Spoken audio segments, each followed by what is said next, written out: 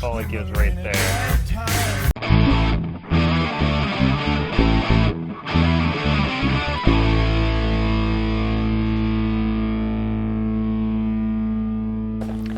Hello everyone, welcome back to another episode of 90s Chronologically Rocked.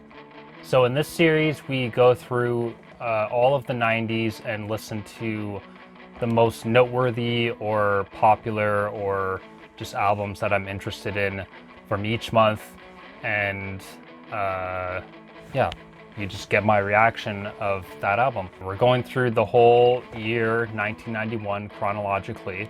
And so we're focusing on March right now because it is March of 2021. And today's episode features the album Goat by the band The Jesus Lizard.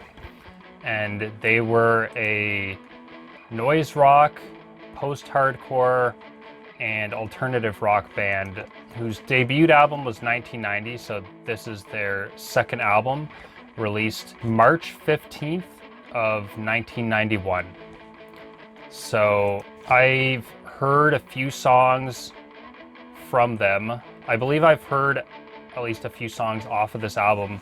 I may have heard the entire album, but I can't remember. I put a lot of albums on in the background and they just kind of blend into the background. I remember kind of liking what I heard, but nothing really blew me away. But this was, I think this was years ago when I did listen to them, however much I did listen to them. However much of them that I did listen to. So this will be somewhat fresh to me, but somewhat familiar at the same time. So yeah, I'm excited because I very much enjoy both noise rock and post-hardcore.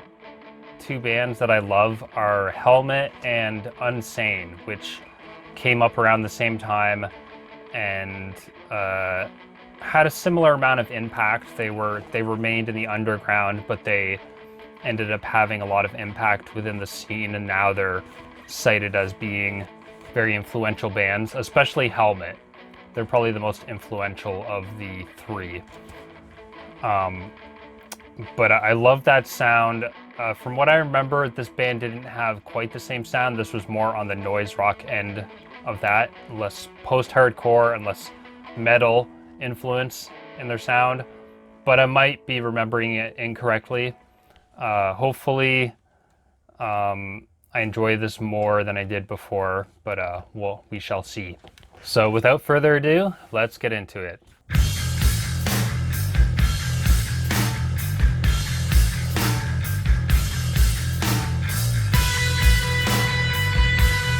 So far, it's kind of reminding me of Unsane, which is good news.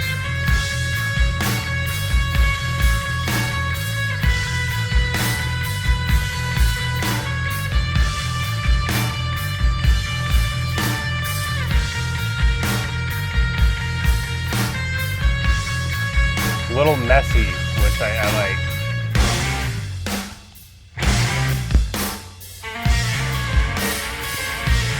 There's the noise rock.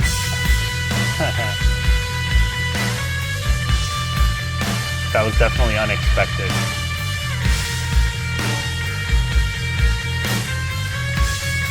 I like that melody, even though it's like, it's messy, but it's catchy at the same time.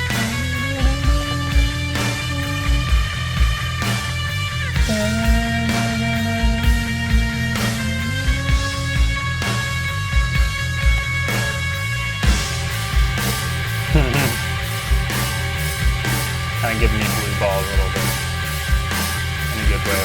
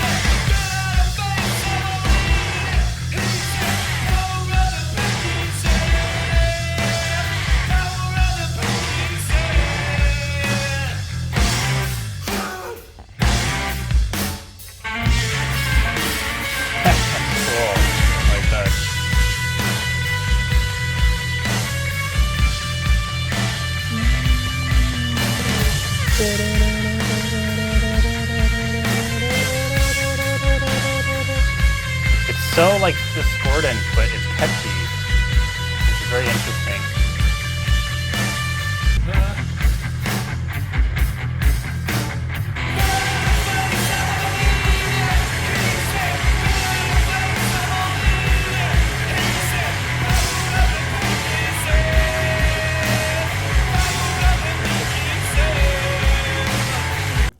Wow, there was so much going on in that track, even though it was seemingly simple. I don't even know where to begin. One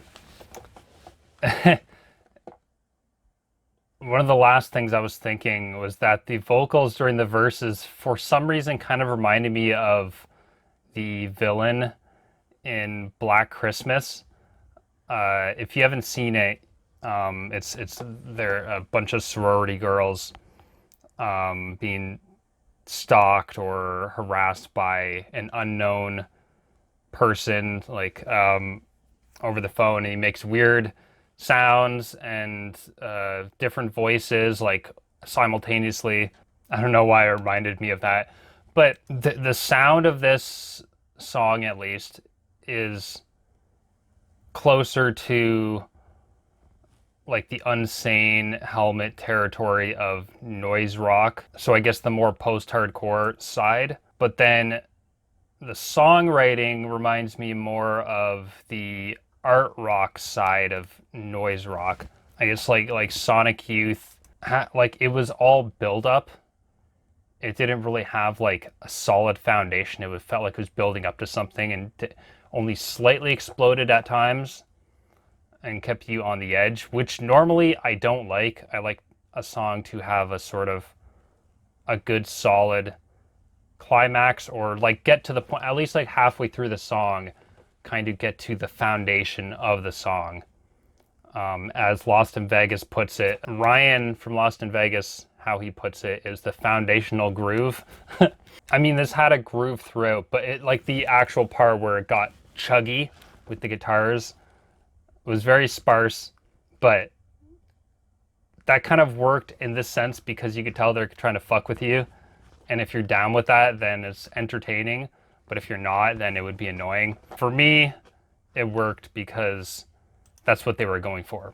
If the whole album is like that, then I don't know, it might be a tough listen, even though it's only 30 minutes long, which I'm grateful for.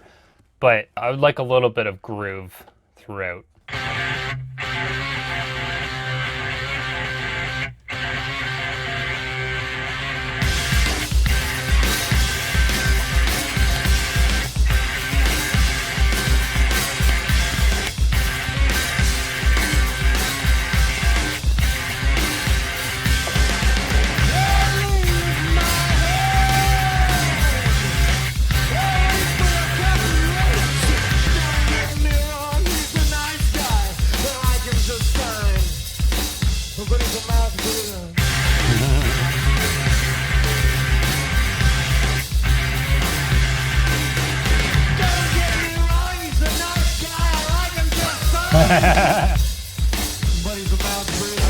Buddy's a mouth for you.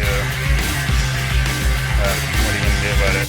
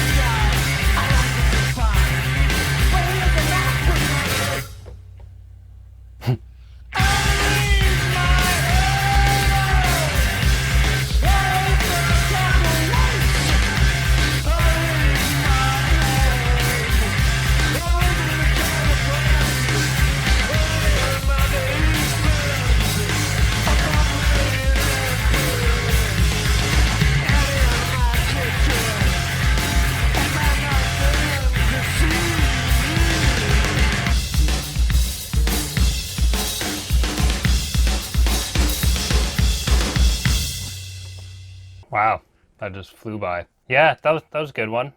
Kind of reminded me a little bit of Tad, a little bit of callback to an earlier episode. The the comedy element, the kind of spoken word element, and even the groove a little bit reminds me of Tad. Nice groove, short, could have been a little bit longer even.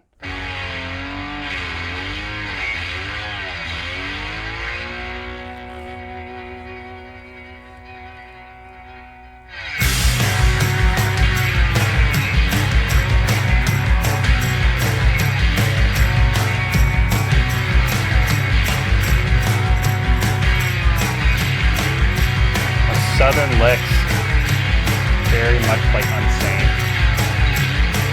One of the things I love about them.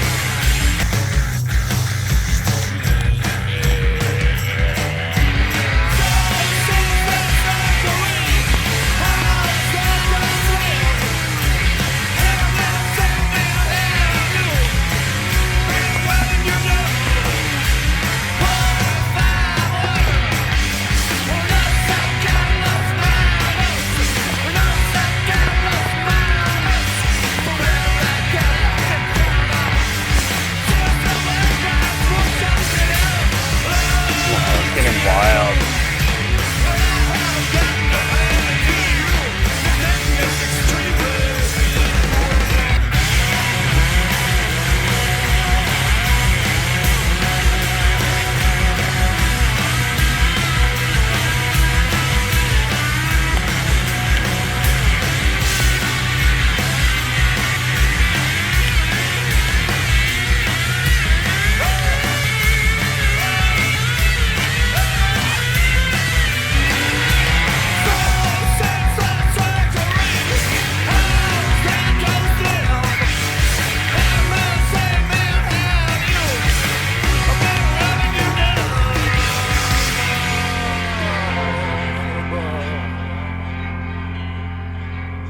That was great. Very energetic. I couldn't help but move to that. It reminded me of like a 70s, late 70s rock song for some reason, but like a demented version of that. I don't know why. Just like it seemed very accessible, that beat. Or maybe even like 90s or, and I don't know, just an accessible like arena type rock song. What's that song where it's like, I wanna get free, I wanna get free, I wanna get free, da, da, da. Like something like that. And there was a section that kind of things just were pretty chaotic, which I like. This band is a little more groove and rock, hard rock oriented than I remember. Like I thought I remember it being a lot more going on. Like there is a lot going on, but it is relatively focused and not too hard to listen to.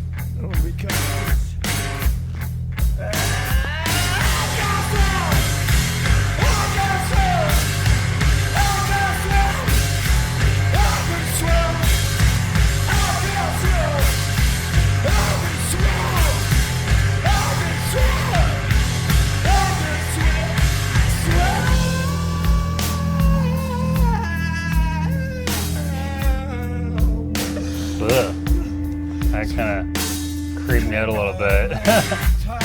Felt like he was right there.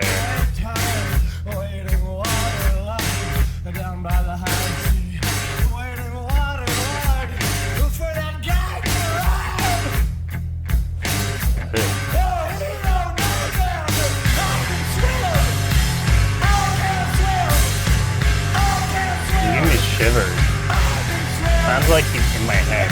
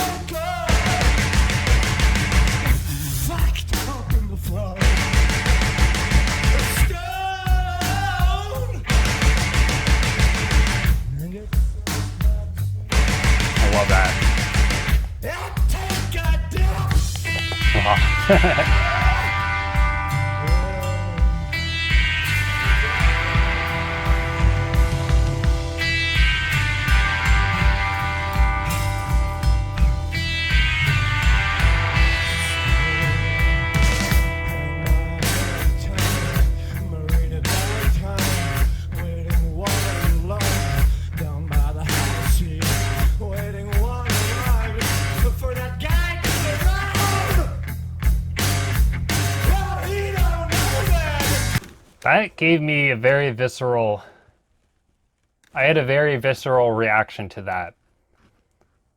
Because of listening to this with headphones, I could hear like his vocals felt very prominent, like very close. It was very clear in the mix. I don't know how they achieved that, but it felt like he was like more like on this side, but like right here, like talking to me. I don't know if anyone else gets this, but I get this feeling sometimes. If something feels like it's like really close to me, like it's near your head. It's like I get a kind of like, it's almost like a pain in my head, but it's somewhere between a pain and a sensation. And it's usually a specific spot, and it's kind of, it's not really throbbing, it's more consistent, but it's like a dull, very kind of dull pain. And it's somewhere between, like, it doesn't necessarily feel bad, but it doesn't feel good. Like, it's somewhere in between there. Like, I could see someone liking that sensation. Maybe that's what people get from the ASMR.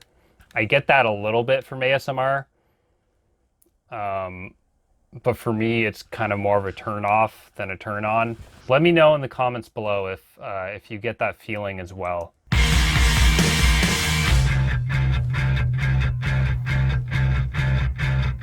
I like that start. I like that, the false start. They do that kind of thing a lot, it seems like.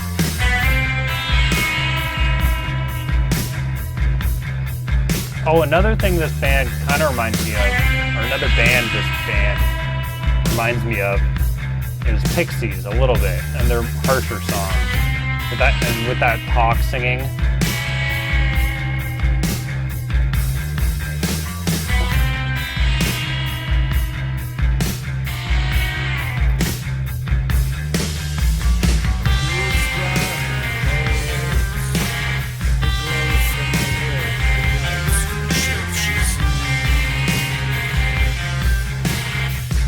I like that.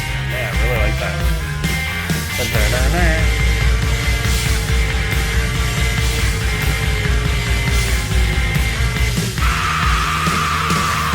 Whoa.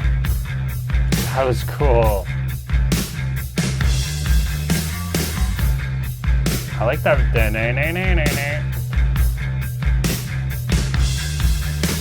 Not that part. Oh, it's different now.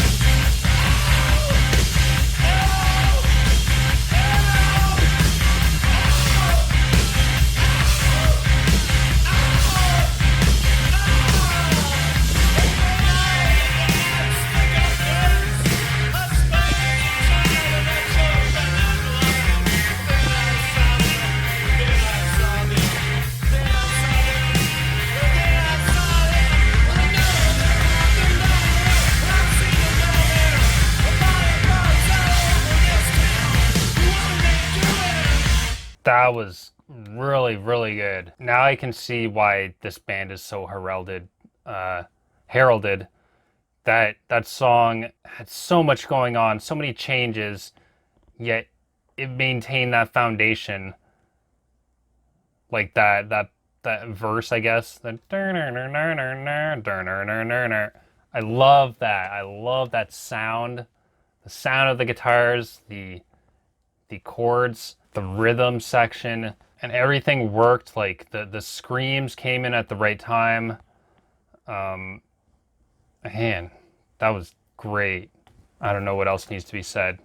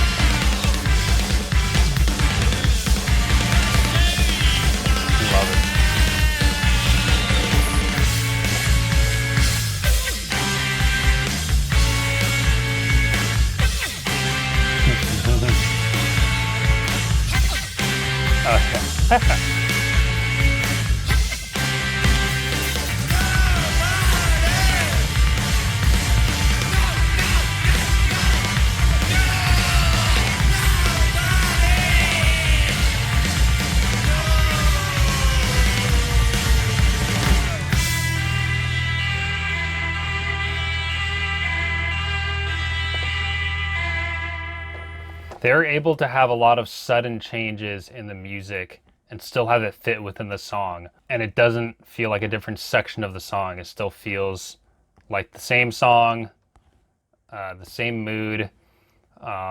That's what makes them an art rock band as opposed to a progressive rock band. Like, I know they are noise rock and post-hardcore, but I feel like their songwriting style is more in line with art rock.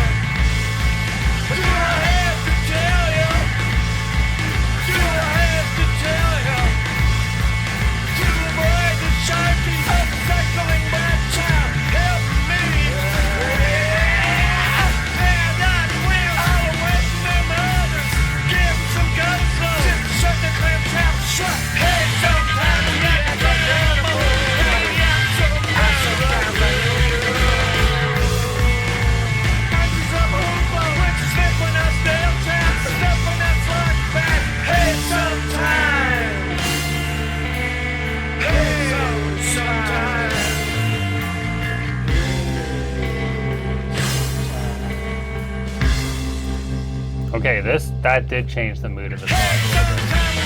And then it came back in.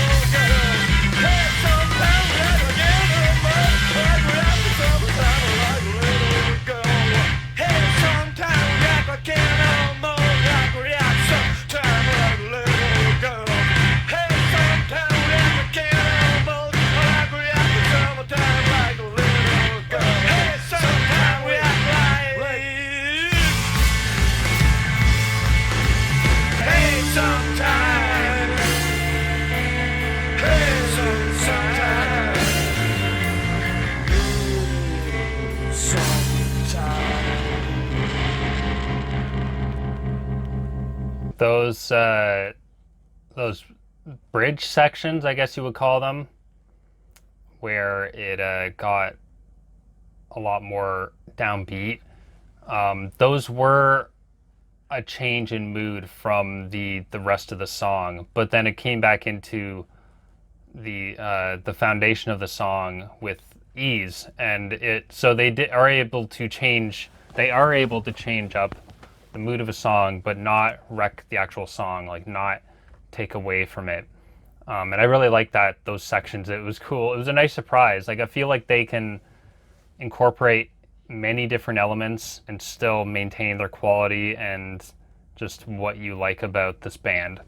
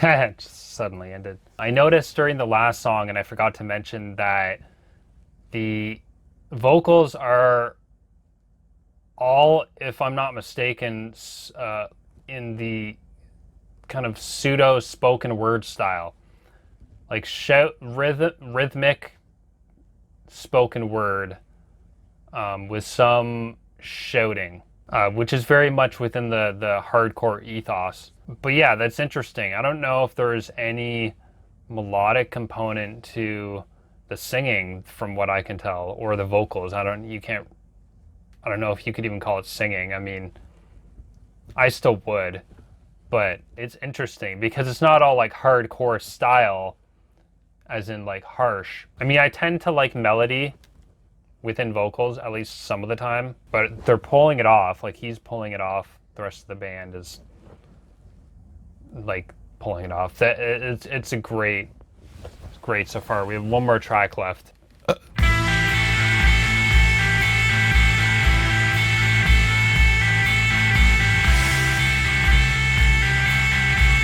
different.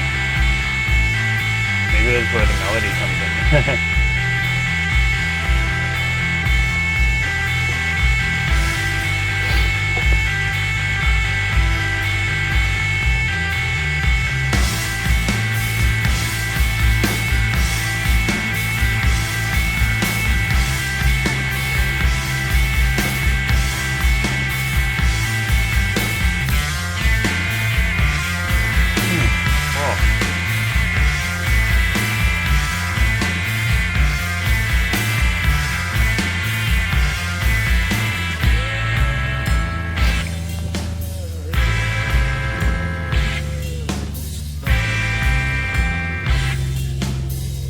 Right after I say that, I can start singing, albeit in a very strange voice.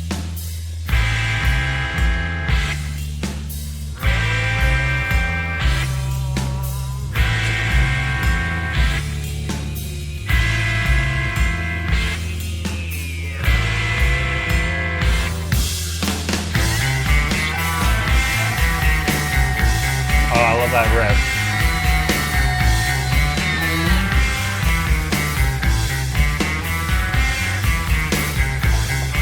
Ascending, descending.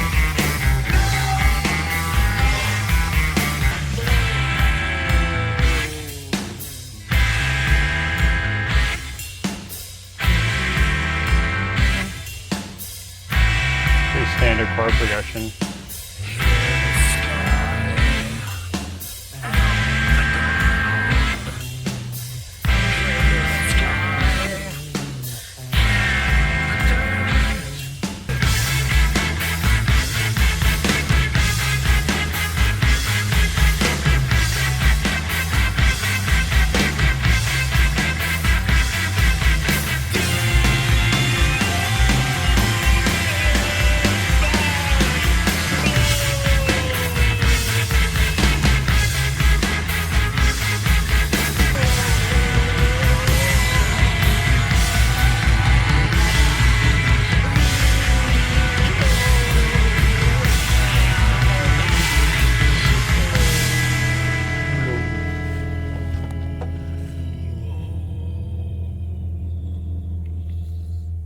Yeah, I have to eat my words again because as soon as I finish saying that there isn't melody in the vocals, and he comes along and, well, I guess you could call that melody. I feel like he was trying to play with our expectations of a more traditional, I don't know, melodic rock song, because for the most part that was, at least instrumentally, it was a very standard chord progression. Very good though. I love the instrumental, but the vocals, I feel like, well, this goes with the whole album. It seems like this was an early example of like somewhat of like a troll album. Like they're trying to play with your expectations and go against what you expect from quality music. I can just imagine, or I can't imagine what people were thinking when this came out. Even for the time where there's a lot of experimentalism. I mean, I guess Sonic Youth did weirder stuff, but I don't know. This was still like really weird. I think because it's close to being accessible, but then there's some elements that just throw you off, which makes it even kind of more of a troll. But I don't know. That's kind of discrediting the quality of the music, because it's a great album and everything has its place within the album, within the music. The song lengths and the album length there, it's perfect for just, it doesn't overstay its welcome. I mean, it could have been a little bit longer, but I do prefer shorter albums and song lengths, and it makes me want more, like to go back and listen to it again. I can see why this is an acclaimed album. In terms of the ones I listened to, this is probably it's around the quality of Tad's album for me, though I probably prefer Tad a bit more. I prefer Tad a tad more. Because of the grooves, I like that, and this delivered somewhat on that. This was more, there wasn't any metal elements in this. This was there was definitely punk, hardcore, noise rock, art rock, a little bit of alternative rock. But yeah, I like the like Helmet and Unsane. The metal elements in those albums really captures my attention. But this did a surprising job of doing that. It wasn't too weird. I feel like it teetered on that line of being too quirky, because some things can be too quirky for me if it's done for quirky's sake. But I feel like everything was in its right place. So yeah, good stuff. That's the video. If you enjoy it, please give it a like and subscribe. And let me know what albums you want me to cover for this year of our Lord, 1991. And yeah, hopefully I'll get to them. I have the albums for this month mapped out. Usually at the beginning of the month I do that. But if one is requested and catches my attention enough, then maybe I'll exchange that one for another one, but most likely not. So it's best to get them in a couple months ahead of time, at least a month ahead of time. Thank you for watching, and I'll see you again next time.